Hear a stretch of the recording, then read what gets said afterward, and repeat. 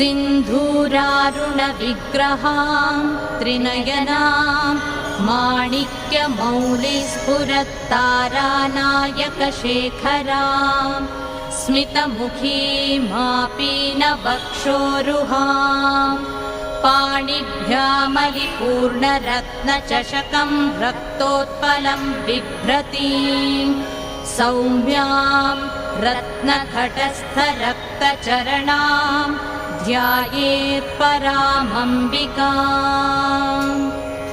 अस्य श्रीललिता सहस्रनामस्तोत्रमाला मन्त्रस्य वशिन्यादिवाग्देवता ऋषयः अनुष्टुप् छन्दः श्रीललिता परमेश्वरी देवता श्रीमद्वाग्भवकूटेति बीजम् मध्यकूटेति शक्तिः शक्तिकूटेति कीलकम् श्रीललिता महात्रिपुरसुन्दरी प्रसादसिद्धिद्वारा चिन्तितफलावाप्त्यर्थे जपे विनियोगः मूलमन्त्रेण करषडङ्गन्यासान् कृत्वा श्रीमाता श्रीमहाराज्ञी श्रीमत्सिंहासनेश्वरी चिदग्निकुण्डसम्भूता देवकार्यसमुद्यता उद्यद्भानुसहस्राभा चतुर्बाहुसमन्विता रागस्वरूपपाषाढ्या क्रोधाकाराङ्कुशोज्ज्वला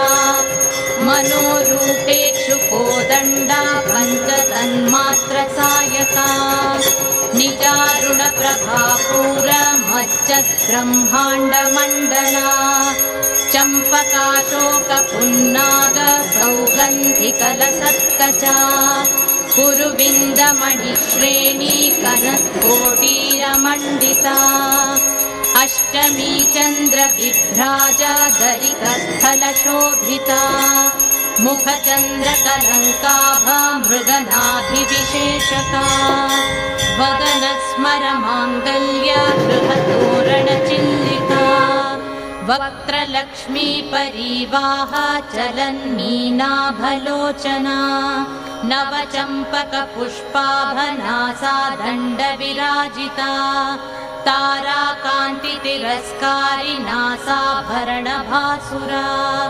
कदम्बमञ्जलीक्लुप्तकर्णपूरमनोहरा ताटङ्कयुगलीभूततपनोडुपमण्डला पद्मरागशिलादर्शपरिभाविकपोलभूः नवविद्रुमबिम्बश्रीन्यक्कारिरदनच्छदा शुद्धविद्याङ्कुराकारद्विजपङ्क्तिद्वयोज्ज्वला कर्पूरवीटिकामोदसमाकर्षद्दिगन्तरा निजसल्लापमाधुर्य विनिर्भत्सितकच्छपी मन्दस्मितप्रभापूरमज्जत्कामेशमानसा अनाकलितसादृश्य चुबुकश्रीविराजिता